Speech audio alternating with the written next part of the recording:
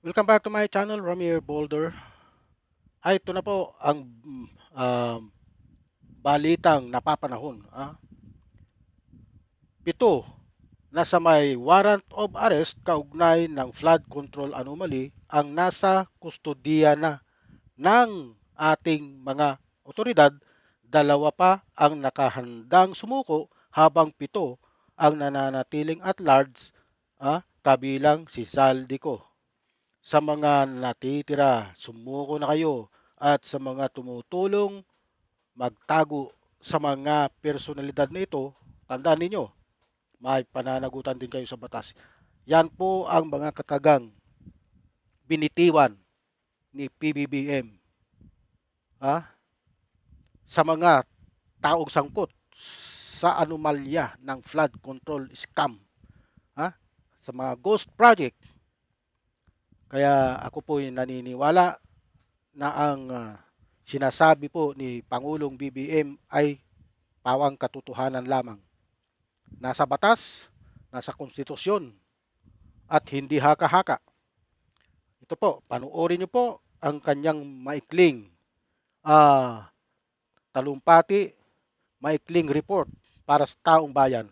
Ito. Report sa inyo tungkol sa mga iba't ibang development doon sa mga flood control project na kaso at para malaman po ng ating minamahal na taong bayan kung ano na ang naging progreso. Pito na po sa mga individual na may warrant of arrest sa Sandigan Bayan kaugnay sa mga flood control anomalya ang nasa kustodya na ng ating mga otoridad.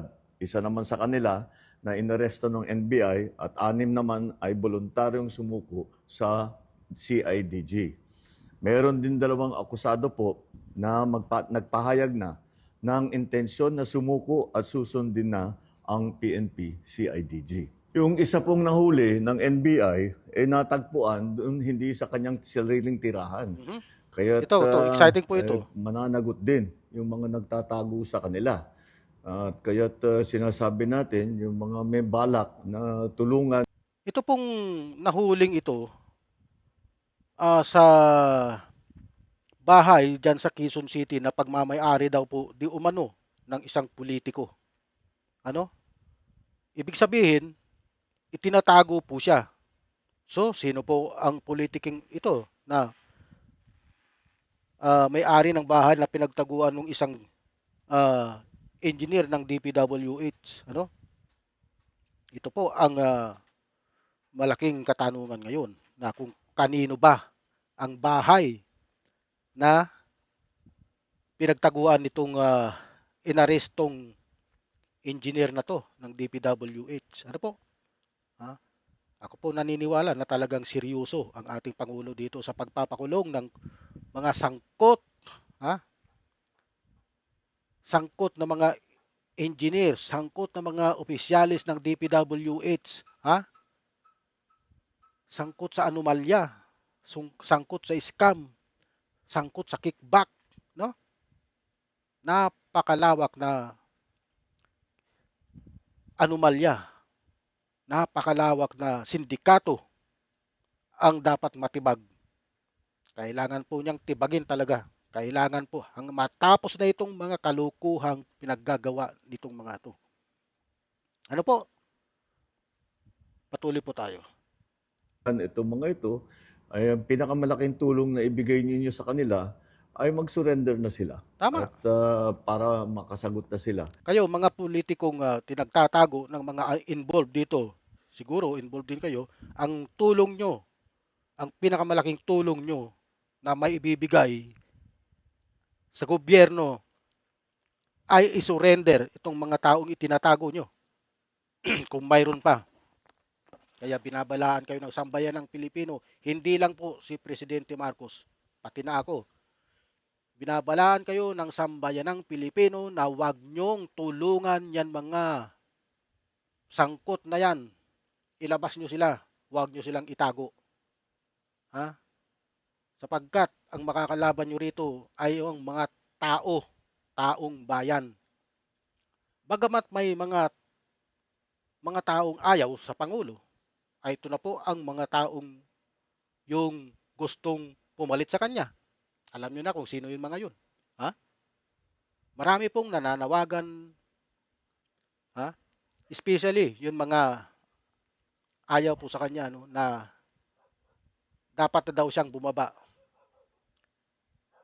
Bumaba bilang Pangulo at pumalit itong si Inday Sara. Anong dahilan? Upang mabaliwala ang mga kasong isinampa ng administrasyon ni PBBM. Kung papalit si Sara, ano? Simple lang po, ano? Simpleng-simple. Gusto nilang durugin si PBBM sapagkat punong-puno talaga ng sangkot. Sangkot sa anomalya itong mga opisyalis na ito. Mapa congressman, mapa senador, opisyalis ng DPWH. Ano? Napaka napaka nakakadismayang isipin na tayong mga ordinaryong Pilipino, ha? Nagpapakahirap tayo magbayad ng buwis, ha? Upang may ambag tayo sa gobyerno kahit papaano. Yung mga middle class nagpapakahirap magtrabaho upang may maiambag din sa gobyerno. Lahat tayo na nagbabayad ng buwis, nagpapakahirap tayong magtrabaho upang may maiambag tayo sa ating gobyerno. Pero bakit may mga taong nagagawang nakawin ang pondo ng bayan dahil lamang sa pansariling interest na gaya nitong mga involved na ito? Di ba po? Tama po ba o mali ang pinaggagawa nila? Well, para sa akin, maling-mali. Maling-mali. Wala kang karapatang nakawin o gamitin ang perang hindi mo pinaghirapan. Ang perang yan ay para sa taong bayan, pera ng taong bayan na binuwis. Buwis sa gobyerno, taxpayers money, ha? Na dapat inilalaan yan sa pagtulong, sa paggawa ng proyektong tama at hindi sa ghost, ha? Upang magamit ng mas nakararaming Pilipino. Pero anong ginagawa nila? Kanila itong ninanakaw, ibinubulsa, pinagpaparti-partihan ng mga tokmol na mga politiko. Ano? Mga tukmol na mga opisyalis ng DPWH. Ang problema talaga rito itong DPWH na nagpagamit. Sila po talaga ang punot dulo ng korupsyon na to. Nagpagamit po sila sa mga politikong tukmol. Yan po ang katotohanan. dito sa mga aligasyon na hinaharap nila. Wala pong mga special treatment itong mga ito. Dapat lang, walang Nananatili special sila sa treatment dyan. kustodya ng NBI habang inaantay ang utos ng korte. Muli, sa 3 warat at 16 na pangalan, 7 na ang hawak ng ating otoridad. Ito na po ha, ito. 2 susuko na. 7 ang mananatiling at large at kasama na dyan si Saldico. Sa lahat ng natitirang akusado, ang aking payo sa inyo ay sumuko na kayo. Huwag nyo nang antayin na habul-habulin pa kayo. Mas maganda para sa sitwasyon ninyo na sumuko na kayo para maganda. Alam niyo po kasi ang isip ng tao, Mr. President, ano?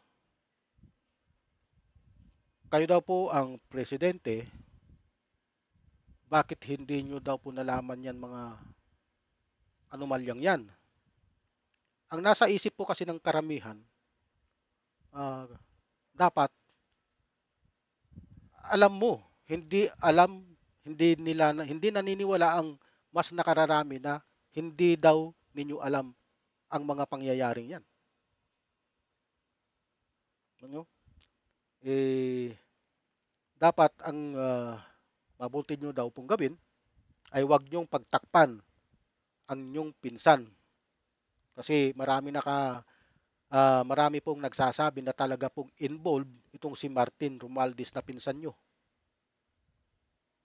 Ayon po sa interview ni Lucy Cruz Valdez kay Toby Chanko na kailangan daw pong wag nyong kampihan yang pinsan nyo. Ipakita nyo sa taong bayan na kailangan pong malitis at masampahan din ng kaso yung pinsan yung si Martin Romualdez. Ano? Kapag kinampihan niya daw po yan, ay baka maghiwalay na daw po kayo ng landas. Ayon po yan kay Tubi Tiangco. Pero para sa akin po, para sa mga sambayan ng Pilipino at sa mas nakararaming tao na kagaya ko po, kailangan po talagang masampahan ng kaso ang pinsan nyo kasi hindi po ako naniniwala na hindi po siya ay wala po siyang kasalanan, wala po siyang kinalaman dito. Gayon din po ang sinasabi ni Saldico sa kanyang video na wala daw siyang nakuhang pera doon sa mga sinasabi sa kanyang video pero hindi po ako naniniwala. Oh, sabi nga ni Toby Chanko, ikaw ba naman? Maniniwala ka ba na mag-hold up ka sa isang bangko na hindi ka makikinabang? Natural hindi. Oh, ganun din, ganun din. Yun ang sinasabi ni Zaldico na hindi daw siya nakinabang sa mga perang yan. Wala daw siyang pinakinabangan. Kalukuhan po na wala siyang pinakinabangan diyan. Ano? Kung mayroon taong mas malaki ang pakinabang dito ay walang iba kundi yan si Zaldico at saka yan si Martin Romualdez. Ano po? Handa ang inyong pagsagot sa mga aligasyon na dinala kontra sa inyo. Sa mga nagtatangkad tumulong sa pagtatago, Ayan na. tandaan ninyo Oh. na kahit papaano, mananagot din kayo kung kayo ay nagtatago ng isang Tama, mananagot kayo sa batas. Ha? Ginawa niyong accomplice ang sarili niyo. Bakit niyo itinatago ang isang taong may warrant of arrest? Bakit niyo itinatago ang isang taong wanted? Kumbaga wanted na sila eh. Kasi mayroon na po silang warrant of arrest. Ha? Subject for para na sila litisin. Ha? fugitive from Oh. justice. Tuloy-tuloy po ito. Hindi kami titigil, hindi kami hihinto. Maraming salamat po. Magandang araw sa inyo. Yan po ang sinabi ng Pangulong BBM. Ha? Si Bongbong Marcos ay nagbabanta na ang mga taong may warrant of arrest na lumalabas at mananatiling at large habang nagfa-flood control work kasama si Saldico ay posibleng arestuhin na. Sumuka na kayo sila at tumutulong na magtago sa mga personalidad na may kaso, may pananagutan sila sa batas. Ayon po yan kay BBM. Sumuko na kayo at huwag magmalaki, kundi kakasuhan at ikukulong kayo. Ayon po yan kay BBM. Okay? Huwag niyo pong kalimutan mag-like and subscribe sa aking channel, Ramir Boulder. Marami pong salamat.